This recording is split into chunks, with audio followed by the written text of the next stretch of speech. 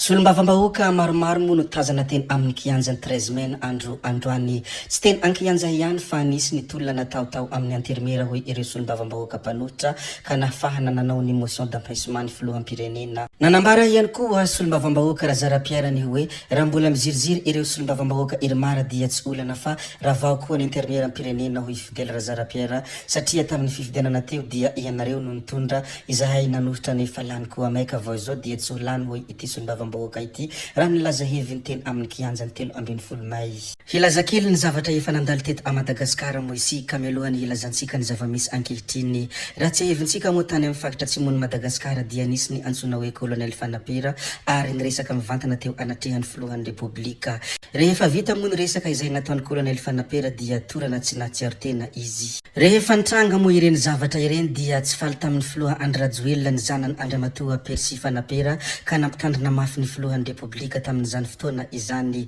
mitandrema hoy izy raha misy inona na inona mahazo ny raiko dia mifankahita isika. Tamin'izany fotoana izany moa dia nilaza Andriamatoa Percy Fanapera ny hoe ity hazo amin'ny tanako ity dia teo amin'ny dadako izy taloha fa efa eto ampelatanako izy ankehitriny. Raha tsy fantatrao dia ampahafantariko anao hoe inona ity hazo ity hoy ny fanehoan-kevitry Percy Fanapera tamin'izany fotoana izany. I Colonel Fanapera moa dia manohitra mafy ny tetikasa Bazy Toliara satria loza mitatao ho an'ny vahoaka any atsimo izany Bazy Toliara izany. Ireo mpomba fitondrana Rajoelina kosa dia maniry mafy ny hitrandraka io Bazy Toliara io, maniry mafy ny hirisoana amin'ny tetikasa Bazy Toliara io na dia nanohitra izany teo aloha aza izy ireo. Ankehitriny moa dia tafody eto an-tanindrazana i Percy Fanapera. Nanaitra ny maro ny androany fa tonga eto an-tanindrazana androany teny ivaty Percy Fanapera namaly ny antsony filoham-panjakana ahoy izy ary tonga eto an-tanindrazana ny androany. Ndeha moa arantsika kely ny teny izay nataon'ny Percy Fanapera raha nanontanian'ny mpanao gazety raha nitafatafa teo anatrehan'ny mpanao gazety ny androany. Voalohany aloha miarahaba apa tonga sy tanindrazana dia ny fantaniana petrakay manahoana zao positionareo amin'izao fotoana zao manoloana ny raharaham-pirenena eto Madagasikara vu que hoe niova ny filoham-panjakanantsika. Oui, ny positionné moa zany tsotra ny filoha vaovao son excellence colonel Michael chef d'état amizao nangataka hoe tongava zay afaka tonga ny avy diaspora na ny avy amin'ny andia entité yabiaby zay possible zany hoe hiaraky hiasa dia zay tonga eto ny proposé koa ny ho azonay atao ary manaraky manohana mazavatsara ny an'le filoha vaovao zay mipetraka ianao anisany mipetraka tany ivelany tany nanao antsoantso foana nanao alerte miresaka rehefa misy ny tsy aradrarany misy eto amin'ny firenena indrindra ihany koa anisany nahafantaranao ny antso ataonao amin'ireo vondrona iray samy pirenena amin'izao fotoana zao nefa mibesaka ny vondrona iray samy pirenena mireagira manoloana ny raharaham-pirenena eto Madagasikara inona indray ara ny feo entinao amin'ity androany ity? Raha mikasika ny vondrona iraisam-pirenena zany ataoko hoe mbola tsy tafapetraka daholo le raha tokony le raha ilainy fitondrana mba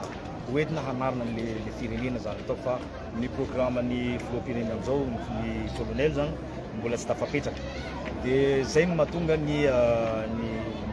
communauté internationale no mbola tsy tena maka position mazava mikasika an'le fitondrana zany. Misy ny sage nataony suspension nataon'ny Union africaine, misy ny tsy fankatoavan'ny Union européenne an'io fa mila zany amizao rehefa tafapetraka sy rassuré ny reo communauté internationale eo mikasika ny tena intention ny fitondrana sy amin'ny alalan'ny famorona ny ekipa zay tena mety dia ataoko fa zay no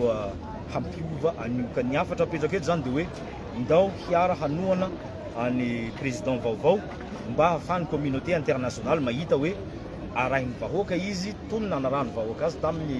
tamin'ny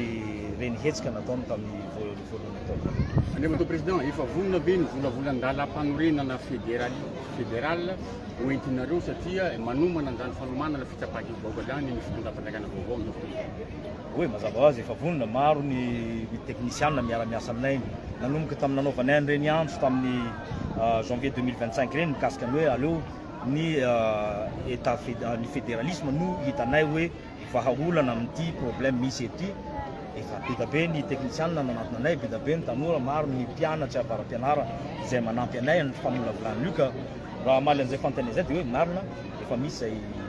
zay constitution en tout cas projet de constitution. Anisan'ny mety manitikitika maro hoe andalo ve ianao eto Tanindrazana sa mety haritra ela zay fantaniana voalohany de fantaniana manaraka hoe raha misy ny fifampiresahana amin'izao fitondrana manaraka zao a misy ny toerana afaka ifampizarana mety tsy haiko vonona ve ianao hitondra ny anjara birikinao raha ohatra hoe misy zay. Bon le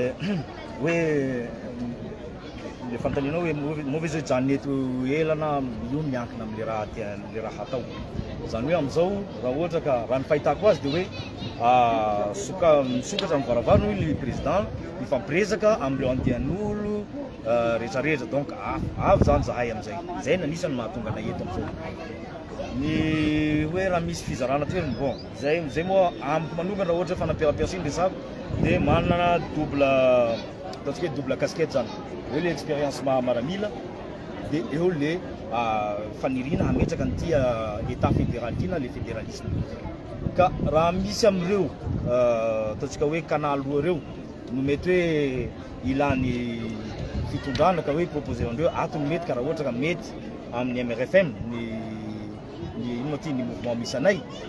mazava ho azy fa hampandroso ny dianay aty hanova rafitry ny dianay aty ka raha ohatra ka tafapetraka ao anatin'izay proposition zay ny fanova rafitra sy ny fampandrosoa de mazava ho azy fa manaiky zay ankantoerana eo fa bon zay tsy maintsy raha mandinika amin'ny kambana atao amin'ny MRFM koa sy ny olona zay manao an'izay proposition zay. Ino moa ny resadresaka izay nataon'ny Persy Fanapera teo anatrehan'ny mpanao gazety ary mazava fa tonga eto Antanindrazana ny tenany arantsika moa nitohony zavamisy nitohony raharam-pirenena malaza fandeha ary isika hilazany zavatra hafa indray Université Antananarivo mitohony fampianarana ho famaranana ny taom-pianarana 424 sy 524 raha araka ny nambarany izy ireo taorian'ny fivoriana notariny filohan'ny Université Antananarivo ny arahana tamin'ny sojaben'ny fakolta sy taleny sekoly ambony sy ireo rehetra maro ary ny filohan ireo fikambana ny mpianatra dia niarany aiky ny rehetra fa miverina amin'ny laoniny asa amandrara rehetra eo anivon'ny Université Antananarivo araka ny fampitambo avao moa dia mitohy ny fampianarana ho famaranana ny taom-pianarana 424 sy 524 ny sampampianarana tsirairay avy kosa no handamina ny tety andro manokana araka ny fepetra fandaminana anatiny mazava moa izany fa mitohy ny fampianarana ho famaranana ny taom-pianarana 424 sy 524 tompoko vavy sy tompoko lahy